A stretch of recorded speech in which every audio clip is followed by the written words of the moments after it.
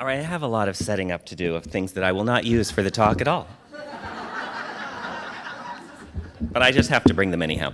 And we're going to start with meditation, so I would get comfortable if I was you. You can do anything you want within reason. By that I mean no nudity. All right. Well, just because it would distract me.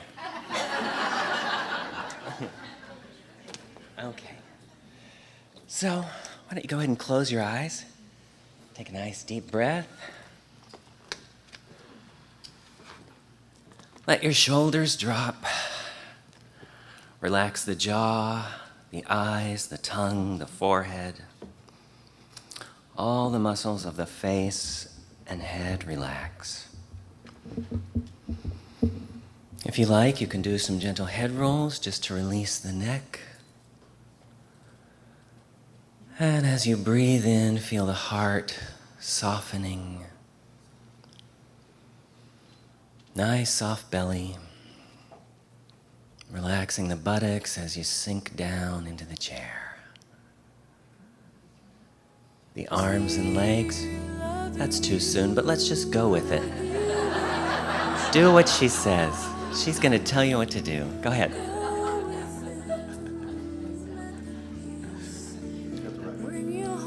More volume, though.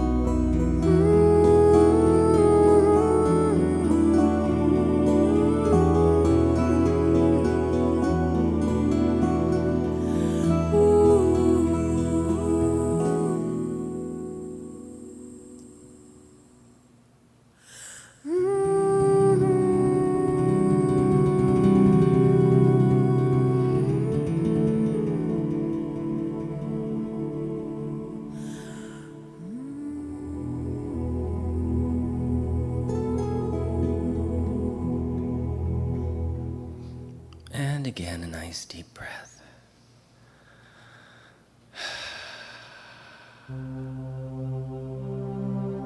It's as if you were falling back onto a stream of golden light. Letting the stream carry you. Not swimming against the current. Not trying to get somewhere or avoid arriving somewhere. There's nothing to do or get or fix or change.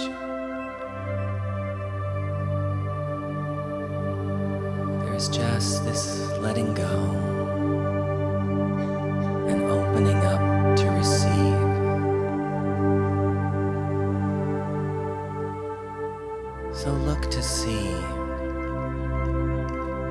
is you came here this weekend to let go of. Whether it is some old limiting belief, a grievance, a resentment, a worry about the future, some physical condition or behavior, an addiction, an attachment. What did you come here to let go of?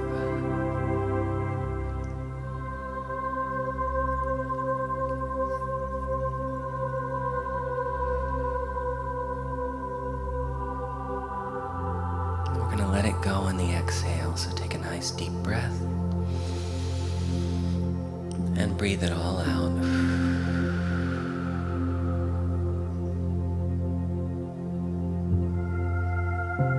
Giving it to that stream of light as it now dissipates back into the nothingness from whence it came.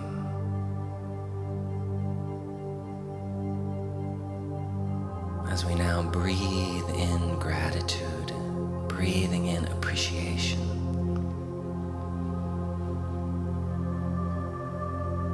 What is it that you're thankful for this morning? What are the blessings in your life?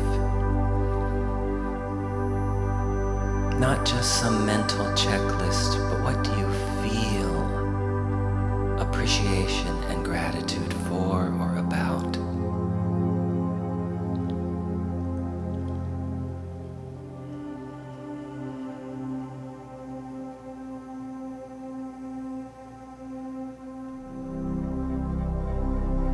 Sure to call to mind at least 3 things that you can be grateful to yourself for. What are 3 things that you can honor about you?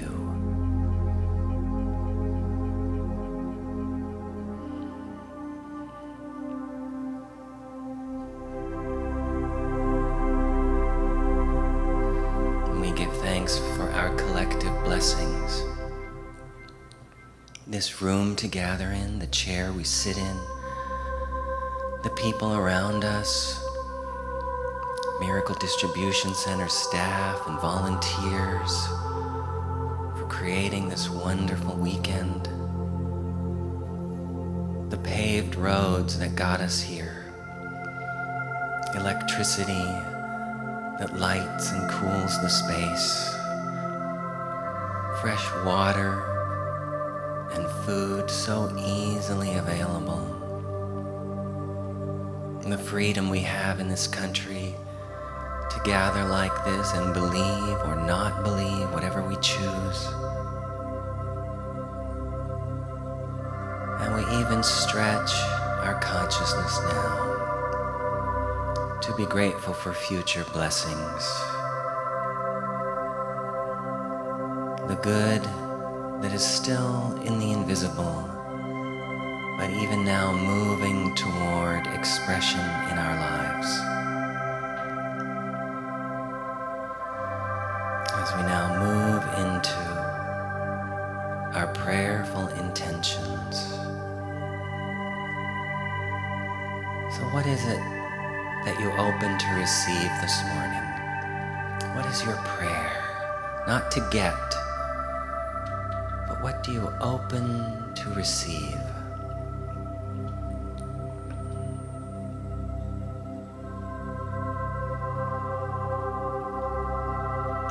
Might go even deeper and ask, what is my soul's deepest intention in being here today?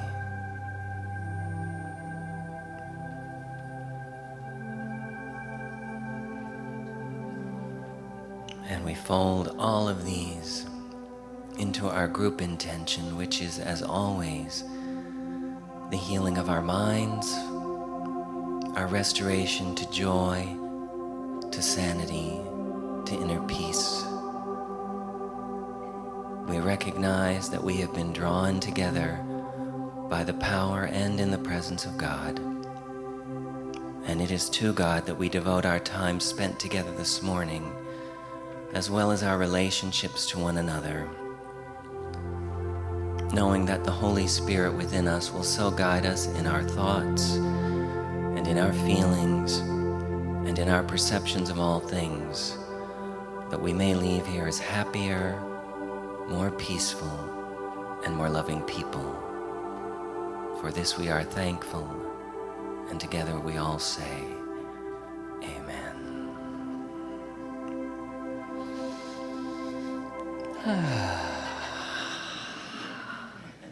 That's so much better.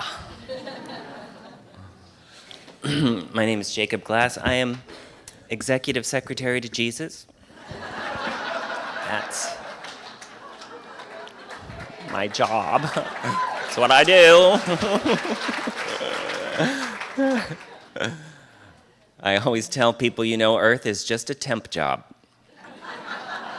You're not staying. None of this shit belongs to you. It's just part of the job.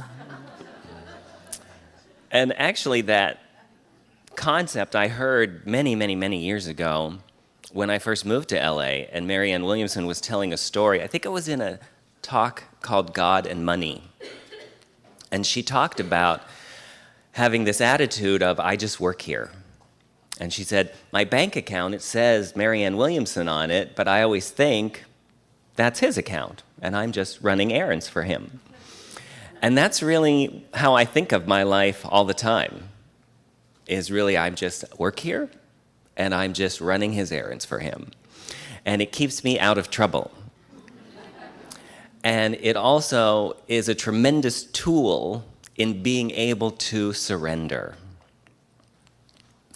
I often think that, and I say this at lectures all the time, that I feel sometimes un-American when I'm teaching, because so much of what I say is the opposite of what I call the American nightmare, which has to do with striving and struggling and getting more and getting ahead and having ambition, and it's never enough, it's never enough. And so knowing really, for me, that I have that sense of I just work for God is what's there to be ambitious about? I may be the dumbest idiot in the whole world, but I work for the greatest boss. And I'm tenured. So who cares?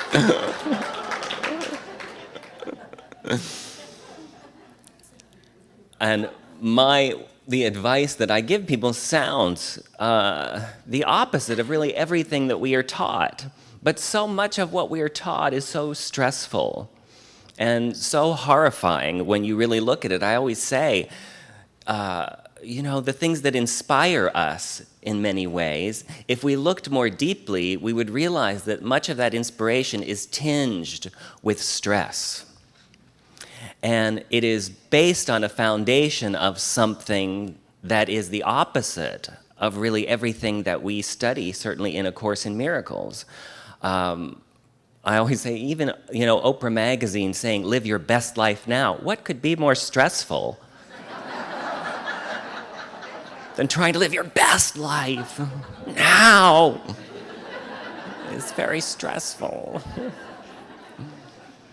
And so I teach people mediocrity, which is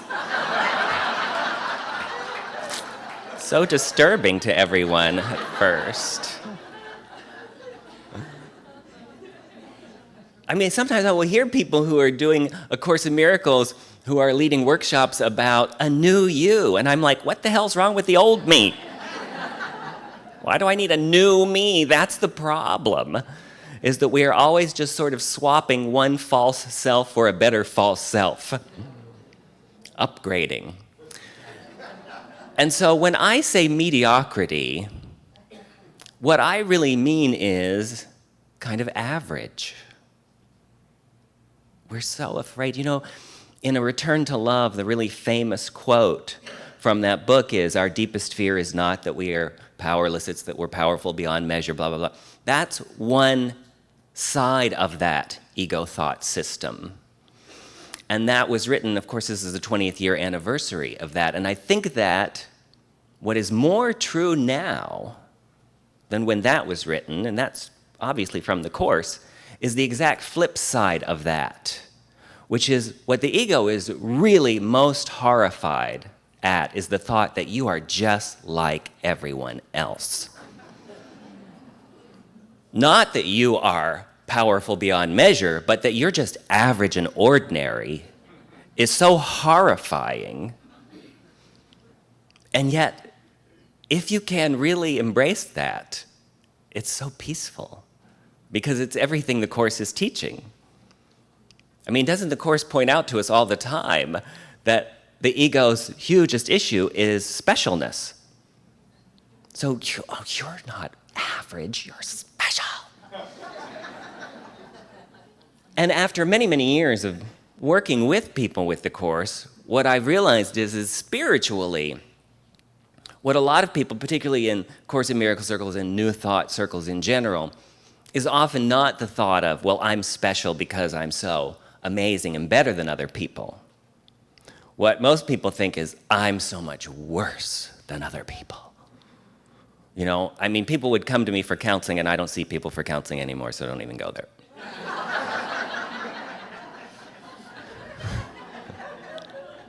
But people would come to me and they'd tell their big story of some deep, dark, horrible thing. And I would be like, yeah, sounds like a typical average American ego. No big deal. Nothing I haven't heard a million times.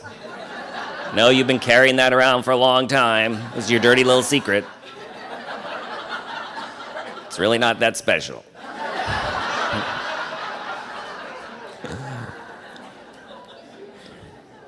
And so this idea that this idea of average and mediocre, to me means this. You show up prepared, on time, doing what you said you would do with a good attitude. That's it. That's all. Going for excellence just makes you bitchy.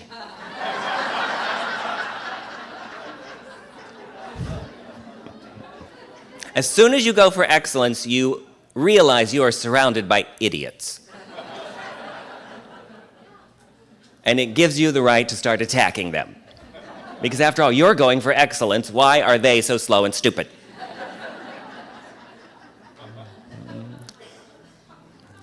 When I say mediocrity, see, people hear you don't care or you don't show up. No, I'm saying average is you show up, prepared, on time, doing what you said you would do with a good attitude.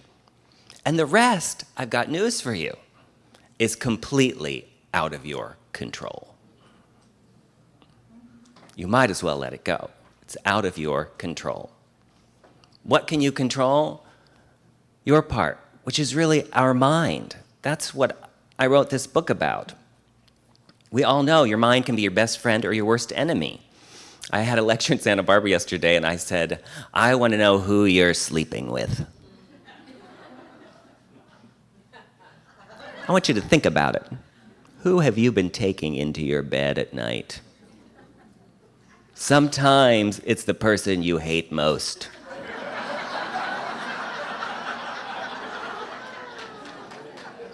Haven't you ever woken up at 2 in the morning and someone is sleeping with you? Where? Right here. That neighbor who has the junk car in the yard, right? That political person who said that thing that you hate, right? Where is all of that happening? It's happening right here. And we feel like it's them. That's why I started out this year, I thought I was just going to do it like once at one lecture, and I haven't been able to move on from this lesson. I've talked about it just about every lecture to the same people over and over again. Lesson 71. Only God's plan for salvation will work. I won't read all of I'll read some of it, but I won't read all of this beginning part. But I will boil it down into a nutshell of how Marianne describes it, basically, which is, she always says, the only difference between your plan and God's plan is that God's plan works. That's really the only difference between the two of them. So in this particular lesson, what he tells us is, that the ego has a plan for salvation, which is centered around holding grievances. And so this is the thing that I've harangued us all in my groups about over and over and over this year. The ego's plan for salvation centers around holding grievances. It maintains that if someone else spoke or acted differently, if some external circumstance or event were changed, you would be saved. Thus, the source of salvation is constantly perceived as outside yourself. Each grievance you hold is a declaration and an assertion in which you believe that says, if this were different, I would be saved. Is there anyone here who doesn't think that just all the time? Just if this weren't happening, I'd be happy. Sometimes you're stuck in traffic. And you're not just thinking, if the traffic flow would start again, I'd be okay. You think, I'd feel better if I could see whose fault this is.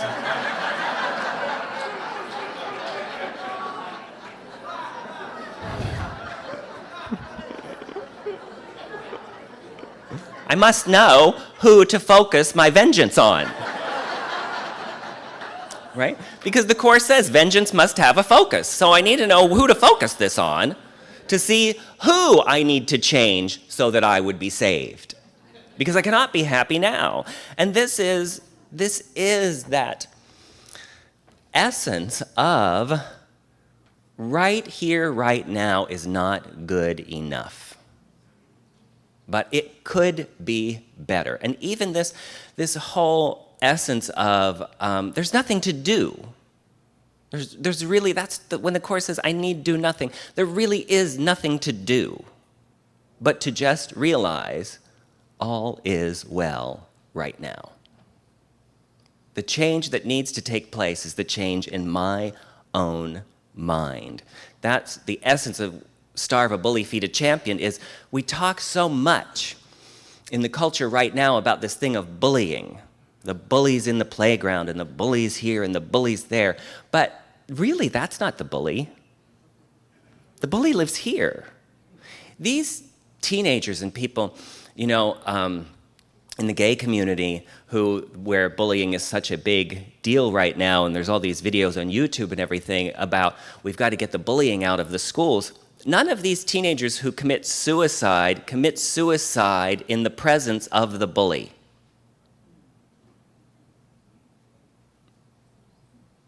It's not really what the bully said or did. It's that the person took that home with them in their mind. So where has the bully now taken up residence? If the bully is someone in the school, even if the bully is someone who lives in your house, there are times when you can get away. Right? You have a respite when you leave, but not if you have allowed the bully now to be your own mind. That's why I always say, the recognition is, oh my God, the calls are coming from inside the house.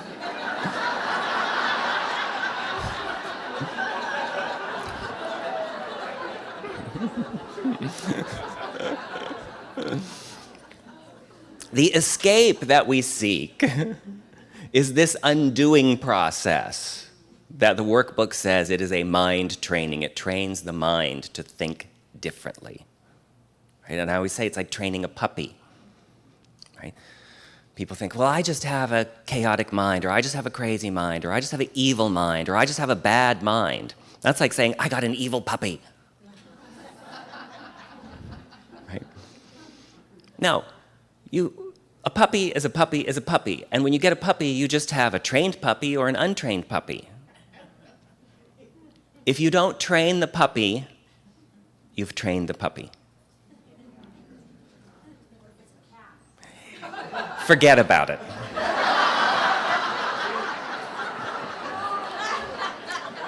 If you have a mind like a cat, I've got news for you. You're already enlightened. That's it.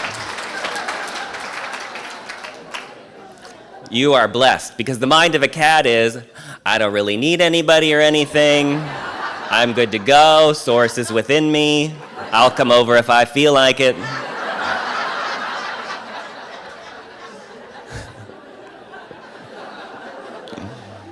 right? The cat knows, source is right here.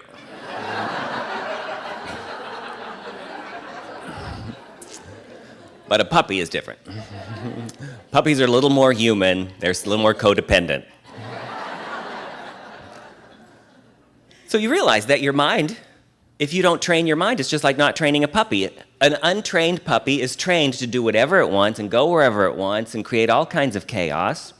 And if we don't consciously train our minds, then we have trained our minds to think whatever it wants to think, to focus on whatever's on the TV right now or whatever somebody is talking about around us, or to play over and over again in our mind something that happened 20 years ago or happened 10 minutes ago that was horrible. Wait, I forgot what I was worrying about. Let me sit down and try to remember it. I wasn't finished and I want to finish. Don't tell me you haven't tried to remember what you were worried about. When you forgot it for a second, you're like, wait, what was that? It felt bad.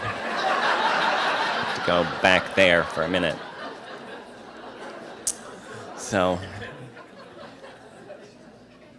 I keep going over this. It seems to me like this for me is huge. This thing of, on more and more subtle levels. You know, I think that when we start, it's bigger things. But the ego just gets more subtle as you work on things, and you see, oh, well, you know, I've really released thinking that my past should have been different, or I've really released thinking that my mother should be different, or I've really released thinking that this or that should be different. So it becomes much more subtle, because let's not forget, the ego's purpose on a daily basis is to steal your joy. That's it. I just want to steal your joy. That's all. Just a little bit. I'd like to shit on your day just a tiny bit. Doesn't have to be a lot. Just a little bit. Right? So where at one time, you know, you might have some huge issue that was around you all the time that cost you your peace because you had such a resentment about somebody that did something in the past. I say now costing our peace could be as subtle as if only there were more closet space. You know, just the endless pursuit of, I'm just trying to perfect it a little more, and then I swear I'll be done. I will be finished. And there's nothing wrong with wanting to improve things. It's when we think the improving is going to make some difference in who we essentially feel we are. That's that line in the Course in Miracles that says, you must have noticed an outstanding characteristic in every end that the ego has chosen as its own. Once you have achieved it, it has failed to satisfy you. That is why the ego is forced to shift ceaselessly from one goal to another, so that you will continue to hope that it can yet offer you something. There's always that because as you move, the ego keeps moving the line. You never arrive. You never get there. When you're going for your best life, you never arrive. Because the line is endlessly moved in front of you. A lot of people are living their dream and don't even know it. They have not yet had a moment where they sit down to look at, this was where I wanted to be 20 years ago. I totally forgot that because there's always more. Right? It is that endless thing. That's why we were talking just before, Beverly, about, she was talking about the Dalai Lama, talking about sort of the disease of fame. I mean, there are people, we have a country full of people who are famous who have no talent. No particular talent or anything to offer. But what they do is they know how to become famous, right? Because there is that thing, that sense of, I can't just be ordinary. And don't all those people who are famous for nothing, don't they seem serene, peaceful, satisfied people?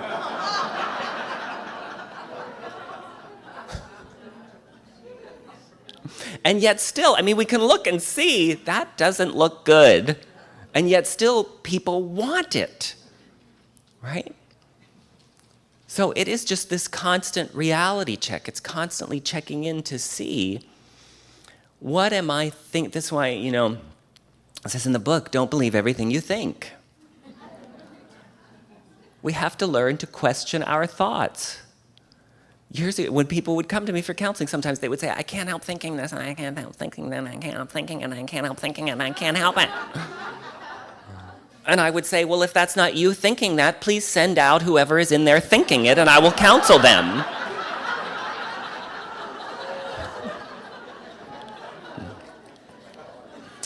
But the Course tells us,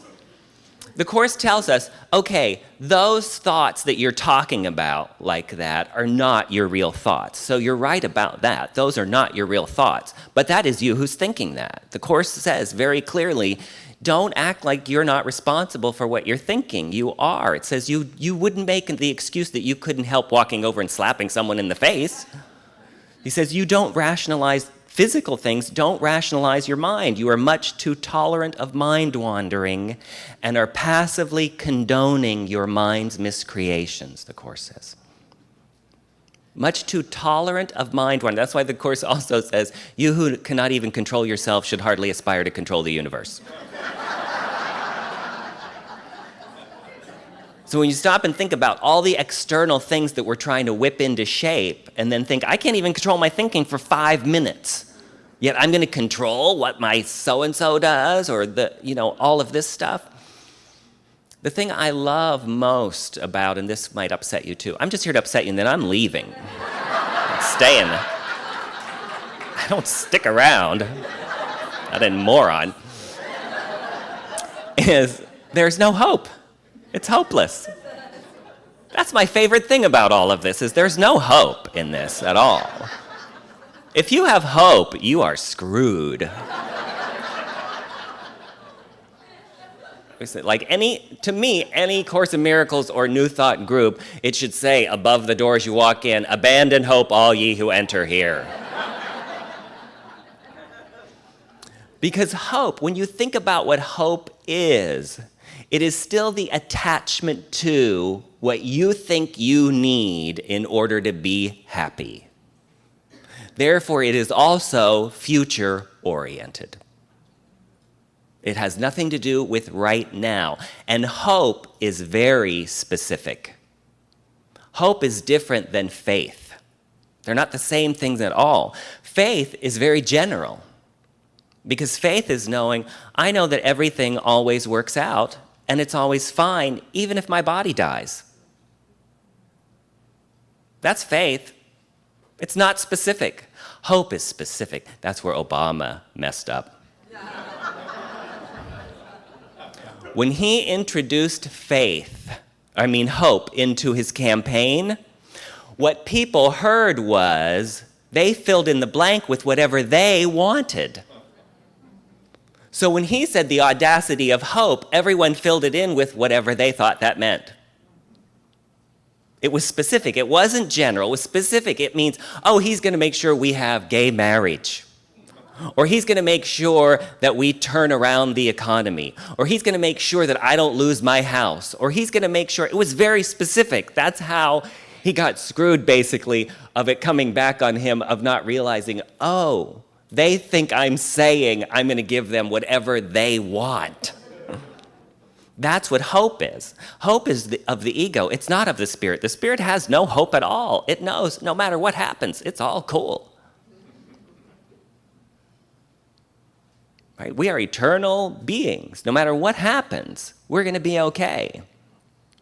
That is not something that the ego wants us to think about. The ego is always focused on the future or the past because it knows that joy is here and now.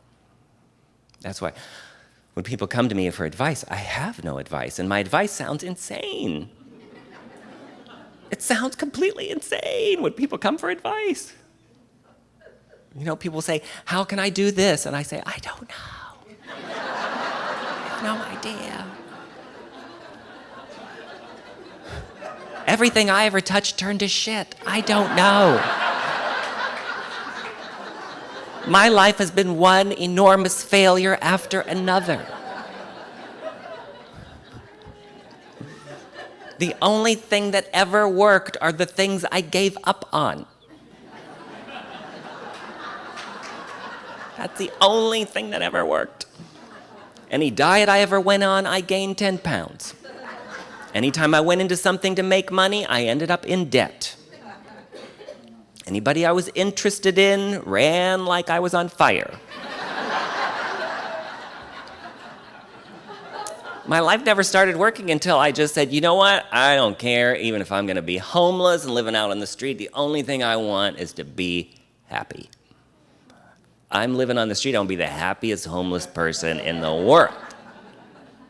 That's all I care about. And from that moment on, I just started following my joy. I'll tell you a little Marianne Williamson story.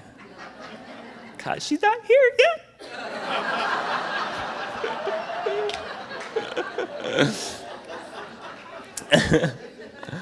About how she got started with the Course.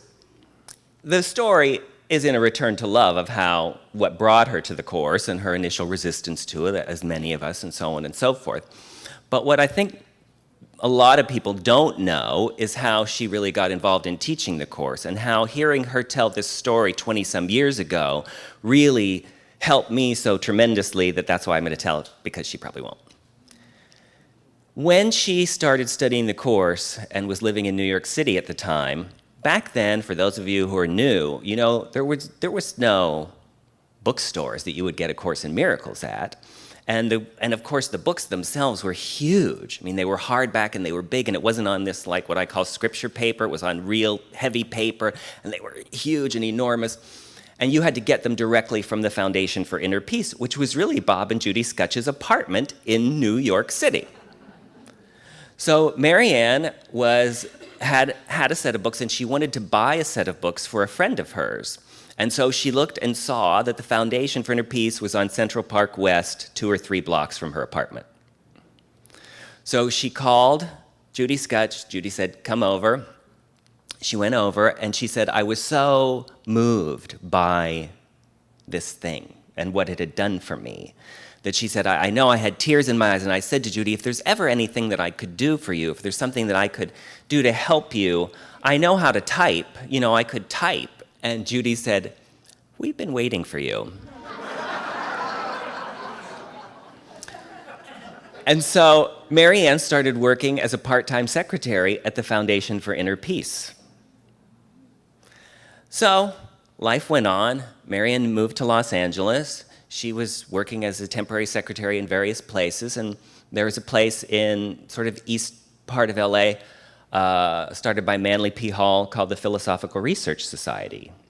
And Marianne had gone there to apply for a job as a secretary, and the woman who ran the department saw that she had worked at the Foundation for Inner Peace and asked her, do you think you could give a lecture on the Course?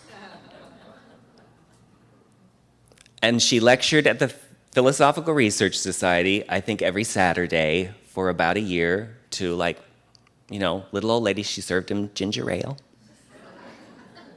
talked about the Course, and that was the beginning. Once she left there and she moved on to a different church elsewhere, and the essence of the story that she was telling was that this career didn't come from some idea of how can I make a living doing ... How can I strategize and make a plan and set it up and all the horse crap that we're taught now that you're supposed to do.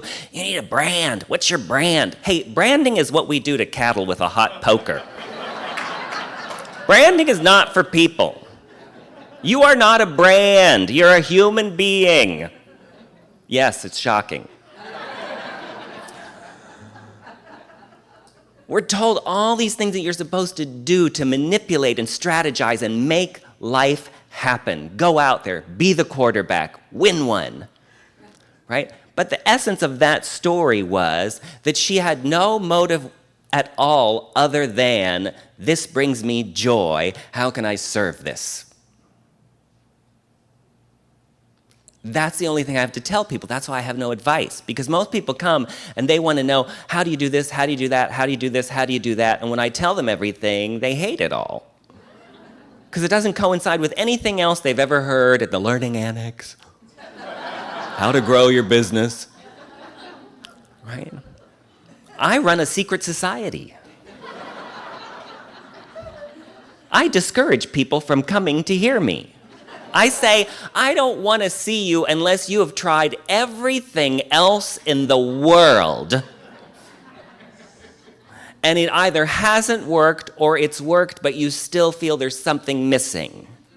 Because I would encourage you to do anything but this. And if you're coming to me, I want you to know I'm the end of the line.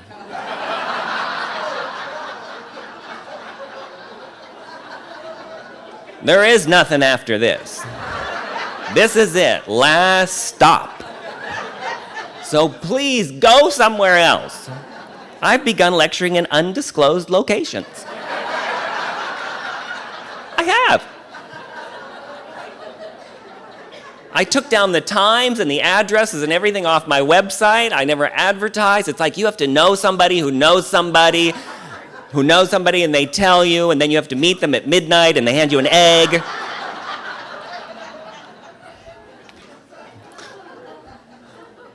Everly was saying I'm going to be lecturing in Los Angeles next year, and my intent is to open a little space that holds about 5 people. And then I'm going to dig a moat around it, and then we'll build a bridge, and we're going to get a dragon and have a troll that's under the bridge. Because I'm like, I'm going to tell you stuff that's going to upset you. It's going to go against everything that the world is telling you all the time. And that brings up rage in people. When you start taking away their sacred belief systems, right? That's why I tried not to teach the course. I've quit this job so many times, you have no idea. Quit this job so many times. I was like, I don't want to teach your stupid course. It upsets people, and I don't even understand half of it.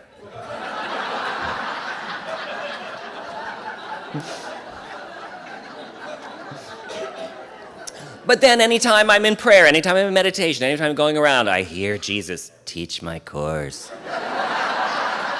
Stop talking to me.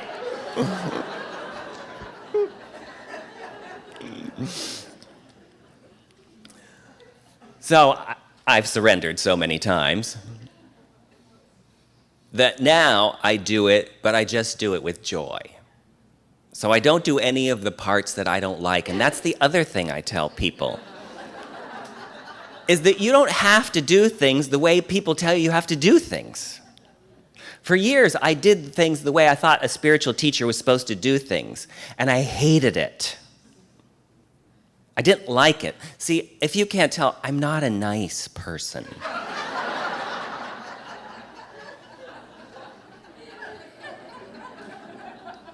Do you know what I mean?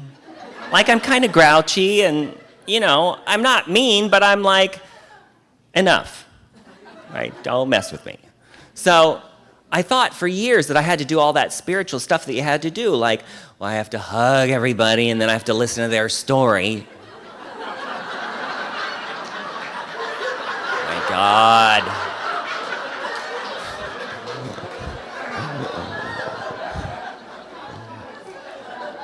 And I mean, if you've been lecturing like I have, I've been lecturing in Santa Barbara for 22 years. It's like, oh, there she is, must be another dead cat.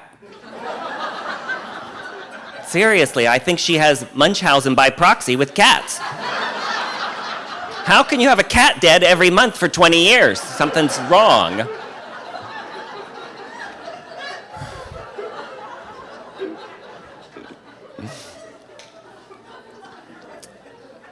And I turned 52 about a month ago, and I said, this is the official end of me holding in my stomach. Done with that. I'm not doing it anymore. And last week, I donated all my dress clothes.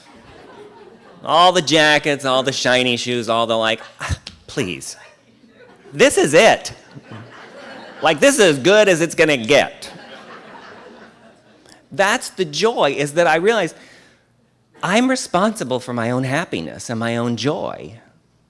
And that's the great undoing, is that we just take on belief systems that the ego teaches us from the day that we're born, and we never ask ourselves, is that really true for me? Or am I just buying into you have to do it this way because that's the way everybody does it, and that's how we do it in America, and that's how we do it in this culture, and that's how we do it whatever, right?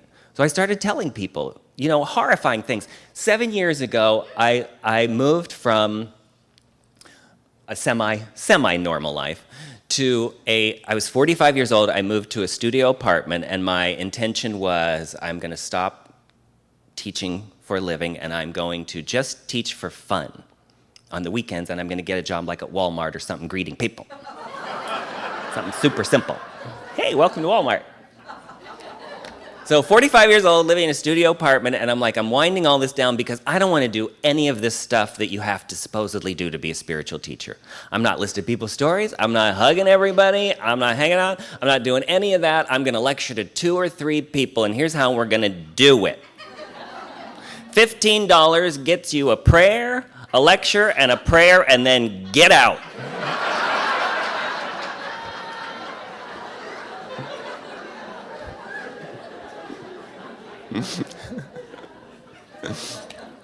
Well, I thought that was the end of it all. No one's going to do that. That's not how you do it. You have to be loving and stay till the last dog dies. Let them suck the life out of you. Right? It's been the happiest time of my life. It's been the happiest time of my life because now people come for this, and I just tell them the horrifying truth. The Course is absolutely ruthless. It is like law is ruthless. It is no respecter of persons. Gravity is a law. It's ruthless. It doesn't matter if it is a tiny little toddler that crawls off the roof. It will fall to its death. Spiritual law is just like that. It's ruthless. It doesn't matter how nice of a person you are. What's going to be your experience is what you're thinking. That's why the Course says, trust not your good intentions. They are not enough. A lot of times we intend really nice things. We're doing this for your benefit. Is often the worst thing you can ever hear someone say, right? So it's the realization of what's happening in my life is a result of my thinking. That's a result of my thinking and how I perceive things. And if I am setting myself up doing things I don't want to do, being places I don't want to be, in order to get something, then I'm just a prostitute. Carolyn Myss, you know Carolyn Myss? She wrote a book that talks about all the various spiritual archetypes, and there are 4 archetypes that we all share, and one of those archetypes is the prostitute archetype. And the prostitute archetype is not about sex or money. It can be, but what it's really about is what you sell out for. For whatever, for approval, right? You go to the family reunion so that your mom will approve of you, but you don't want to be there, and you're not doing it out of a generosity of spirit. You're doing it to get her approval. That's the prostitute archetype. If you're doing something you don't want to do just out of the generosity of your spirit, I don't really feel like going, but I also feel really loving space, and I'm going to go for their benefit. That's a loving thing. But if you're doing it because they're going to be upset if I don't, and after all, she did give birth to me, I guess.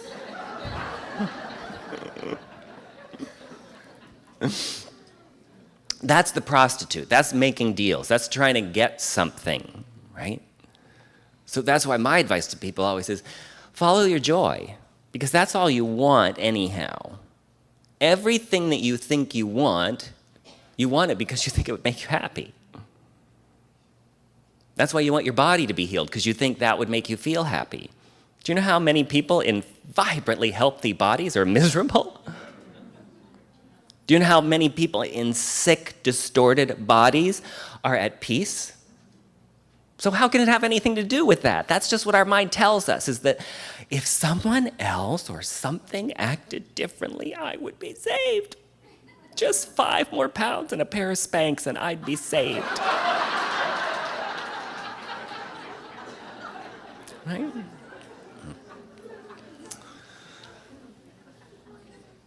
So it is just this endless looking, gently looking. I always say, when we're looking, we cannot do it with a sense of accusation. Don't look at your thoughts and all of this like, I can't believe I had that judgmental thought, or I can't believe I've been doing this so long and I still have an issue with this, or I got you. It's not like that. It's a gentle, oh, that's still an issue for me, and now I can make a different choice in this moment. That's why, page 666. Page 666 of the Course is, trials are but lessons that you failed to learn in the past that are repeated so that where you made a faulty choice, you can now make a better one. Isn't it perfect that trials would be on page 666? So never forget that. That thing where in our lives most of us are old enough now that there are things that we're looking at and we're not saying, why did this happen? We're saying, why did this happen again? Terry Cole Whitaker used to say, there's a common denominator in every tragedy and upset in your life. You were there.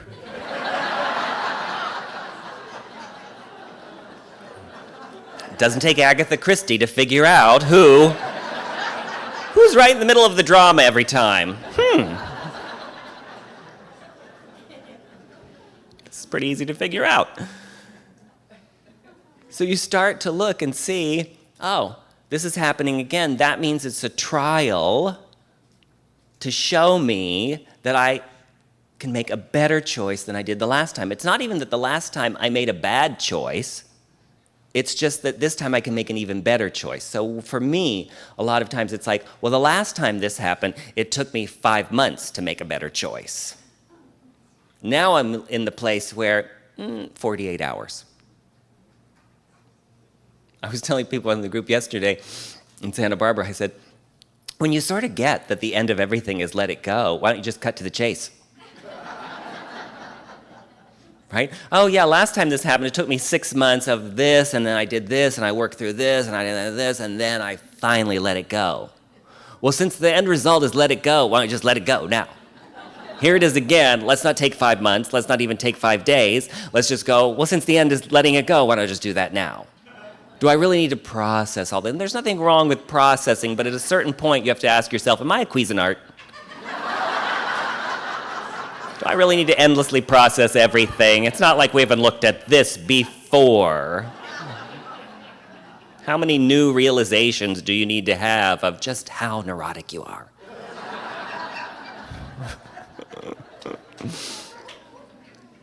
You get to that place of like, whatever, it's going to end up at the same place. Let it go. Might as well just let it go. Let's just cut to the chase, surrender it. I don't know what anything, including this, means. Therefore, I do not know how to respond to it, and I will not use my own past learning as the light to guide me now. I so love that prayer. That's so wonderful to, because that's always, spiritual people get really into, what do you think it means? What did it mean? What's the meaning of this? What's it mean? I don't know what it means. I don't need to know what it means.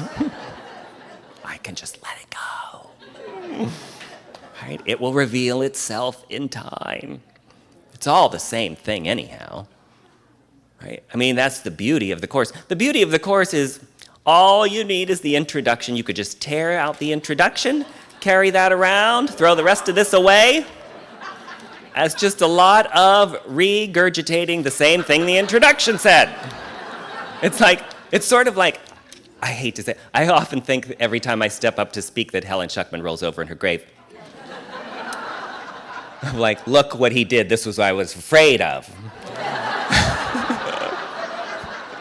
Exactly this kind of thing. But it's like, Basically, Jesus told them right there, this is all you really need to know. But furthermore,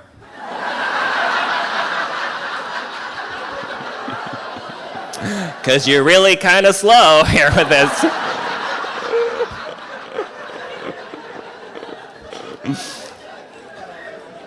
Because it really does just say the same thing over and over and over and over and over and over and over and over and over and over and over again. Well, is it because we're so stupid? Of course it's not because we're so stupid. It's because we are so resistant to it. Even when we really, really want it, there's part of us that is still so resistant to it. It is an extremely, I always say the Course is so insulting. So many places. But when it's insulting, he's talking not to real you and me, he's talking to our ego. And that's why it can seem so schizophrenic, because when he's talking to the real us, then he's saying amazing things. So he'll be saying these wonderful things of you are the light of the world and you came to save the world. And then he'll say, resign as your own teacher for you've been poorly taught. He goes on and on about how stupid we are. You're going to do that again?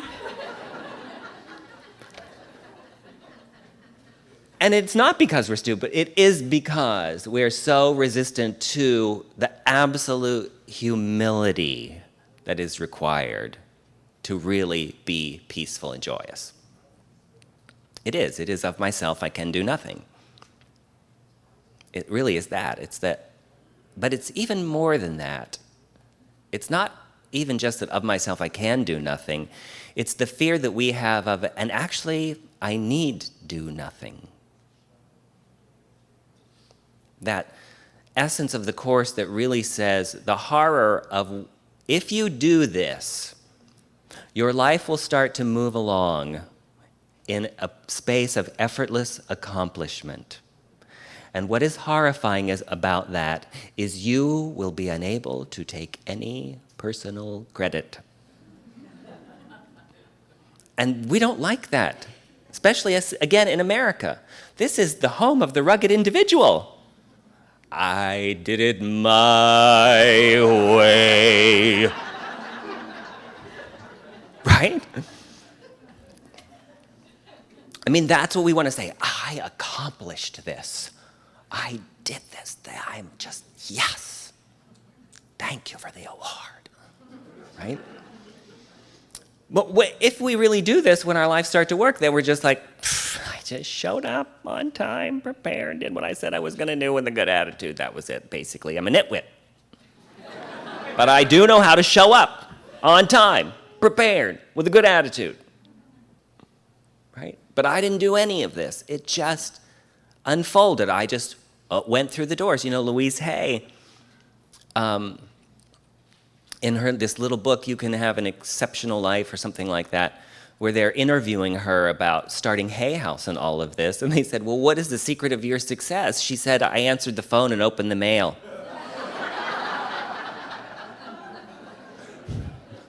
That's it. I just opened the door, opened the mail, and answered the phone.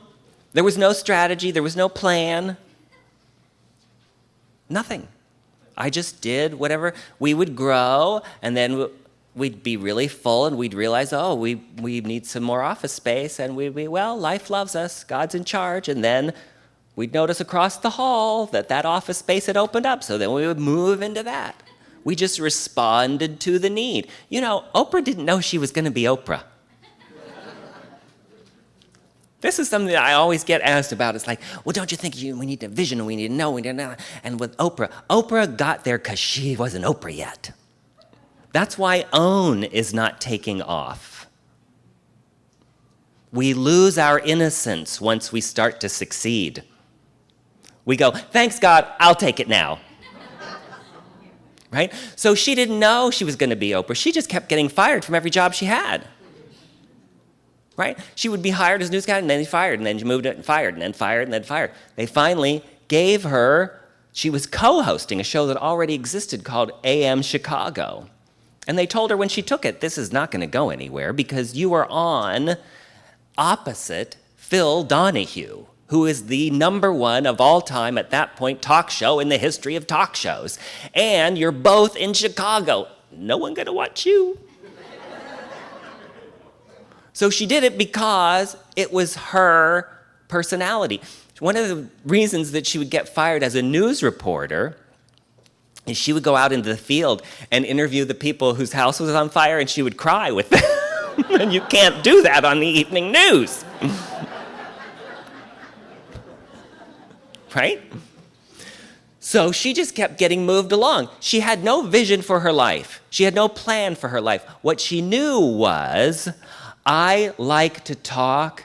People relate to me. I love people. I care. I want to make a difference. So when she got that show, they weren't asking her to be somebody else. That's when she became Oprah. Right? And one thing led to another. How'd she do it? She answered the phone and opened the mail. We like a much bigger strategy than that. But that's, you go where you're sent. It's like Marianne said, that many years ago of like, I'm his secretary. I grabbed that and ran with that. Of like, this isn't any of my stuff. I'm a secretary to Jesus, running his errands. Sometimes I'll say, Jesus, you're going to need a new copier soon. Just thought you might like to know. Right? I always say that, when I used to so intensely want to be used by God, sometimes we're like that. We're like, I want to be used by God. God, use me. And I had all this free time. And I felt like I could be doing more, and I would try things that I thought I should do. A spiritual teacher should do this, and I'd volunteer and I'd go here, and it would never work out, and it would always be a nightmare. And finally, after years of this, it was like I felt the Holy Spirit say, Jacob, God is just not that into you.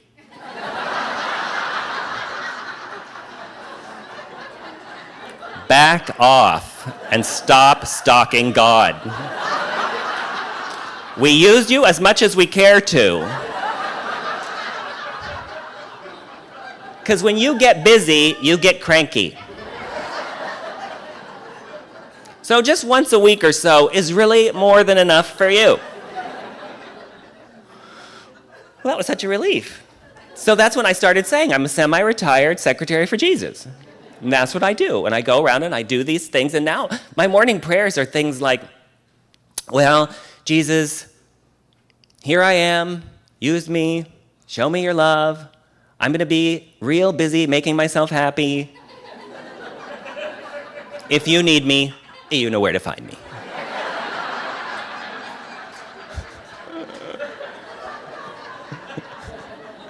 And I'm always amazed at the way it unfolds. The way that things, because, early on in those 50 meanings of miracles, I never have that far from my mind where it says, there are miracles that you will never know happened.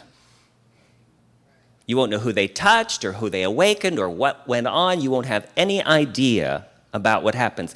And so if we are really just saying, just use me, then it's in every situation. So you don't even know that the waiter that you talked to that day and didn't say anything particularly spiritual, but maybe said something nice, you don't know what effect that had. And because I've been around kind of a long time, I do hear back sometimes things from years and years before. Years and years. We don't know how we're affecting people. I remember this little boy, when I used to lecture in Santa Barbara at this theater, and there was a balcony, and people would bring their kids. I can't even imagine why, but they would bring their kids. And this woman brought her little boy, and I would see him running around back and forth in the balcony. He was probably, 6, 7 years old, something like that, playing with his little cars and stuff like that. And one day, she told me the story about how he had come home from school, and he went straight to his room. He didn't come in and want a snack. He wasn't making any noise. That's very unusual for little boys. He went in and just went to his room, and a mother was concerned when there's quiet with a little boy. So she walked in, and he was sitting on his bed, just quietly sitting there. And she said, "What are you doing?" And he said, "I'm letting go of the day like Jacob says." Now, I didn't think he'd heard a word I ever said during all that time, right? And what I thought was great was that's the difference between kids and adults. Kids don't care two shits about a philosophy. They only care if something is practical and it works right now. They don't care about theories, your theories about peace. How many books on peace and meditation are on our bookshelves that, oh, I read that. How do you feel? Stressed. Right? What I love was this little boy knew how to come home and do it. But someone like his mother and a lot of people, I know this because I would hear this from people, they'd come to the lectures and they'd go, oh, I was thinking about this all day today and how I needed to come here for the meditation. I'm like, so you weren't going to let go of the day until I said so? Like, that's the kind of power I have, is that I'm going to hold on to it till 7:30, till I'm instructed to let go of the day. That's the difference, is like we think we need some official something to do to let it go. I have to ruminate on it a while, I have to process it a while, I have to chew on it a while, I have to maybe dump some acid into my stomach, mess up my brain chemistry a little bit. Then maybe I can let it go, instead of, like a kid would just be, who learned something like that, I'm gonna let go of the day, right? That's why the Course is so practical, but again, that's why it's so resistant. It cannot be that easy. It just cannot be that simple. But the question is not, can it be that simple? It's, why do I feel the need to make things so complicated? Well, we think it makes us more interesting too. Oh, this is, a lot of new thought is that, wish my sister were here, she needs this. She would love this, right?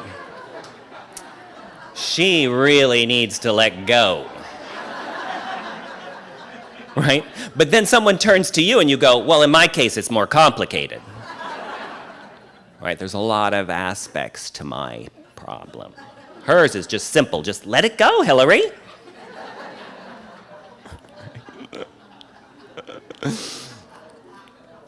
So, in the essence of the book, though, basically, is it's 101 days of basically, this is the thing that it's so, I have a very active mind, if you couldn't tell, and a very lazy body, oddly enough. And so what I do every day is I write, as I was saying, this prayer that I do every day is written. And then what I do is I open up and I just let Spirit write back to me. And so that's really how this book came about, was just these messages from Spirit that are in many ways just 101 ways of guiding your mind. But in so many ways, the message that I get all the time now, all the time. In fact, I'll tell you a quick little story. I think it's quick. There was somebody who, I didn't even really know this person, but I knew of this person, and they'd done something that I was judging. And I was walking down the street by the Starbucks in West Hollywood where I live, and I saw this person. And, vengeance must have a focus. Oh, like, there he is, the guilty guy now. This is cool, great. I could just throw all my guilt right there. And as I was looking, and it was just like the guilt was going, it was like I saw Jesus standing behind him going, I got this. I got this. And it made me think of that, if you saw the Sex and the City movie, where Mr. Big is taking Carrie in and buying the big apartment, and she's like, I can't afford blah, blah, and he goes, I got this. And in so many ways, I feel like that's how the Holy Spirit talks to me all the time now, where I'm like, well, this and this and this and this and this, and it's like, they go, hey, we got this. Really. If you would just cooperate. It's not so much about you doing something as it is stop messing it all up with what you're doing. We got this. You are... I guess I'm going to tell another story. Judith Whitson was here years ago. It was the only time I've ever... I'm going to tell this... I just tell the stories the way I remember them. They may not be true. I just tell them the way I remember them. But she told a story about how, that I think is in alignment with what we've been talking about here, about how, she and Robert Scutch, her husband at that time, they already had a foundation that became the Foundation for Inner Peace, but it was the Foundation for Parapsychology, I think. Parapsychological research. So she was used to running like a foundation, and there are things you do with foundations, like you try to get grants and like a real, that kind of thing.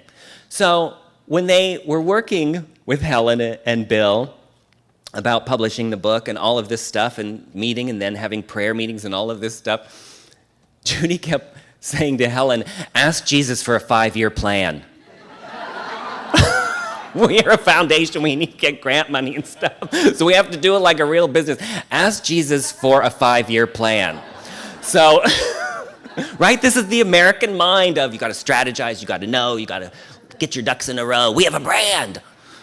So they met and they're praying, and Helen is praying, and she basically said, well, Jesus said that we are on a need-to-know basis.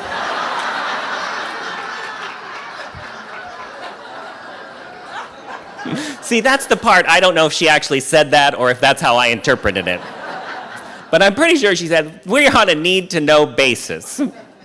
Because Jesus said to Helen, if you had known everything that was going to happen from the beginning up to this point, you'd still be on page 1. Right? I do not perceive my own best interest. I don't know where this is going to go, thank God. If I did, I would have time to mess it up. Right? That's that thing of just you give your day and then you surrender it and you don't know, really. It doesn't mean you don't make any plans, but you don't make, of course, self-initiated plans. What does that mean? It means a plan that says, I'm going to do this to get that. That's a self-initiated plan. Even if it's, I'm going to do that to get happiness or get enlightenment or get whatever. Right? It's that if you're following your joy, and when I say joy, I don't mean skippity-doo-dah, la la la la la, happy, happy, happy. I have a friend who has for many, many years worked basically in hospice. He's a nurse, he works in grief and grieving, and he's written books on grief and grieving and all of that, written books with Elizabeth Kubler-Ross and so on. Well, death and dying, that's his joy. But it's not a skippity-doo-dah joy, obviously. Hey, your mother's dying, right? He has a presence, right? But it is his joy to walk people through that journey.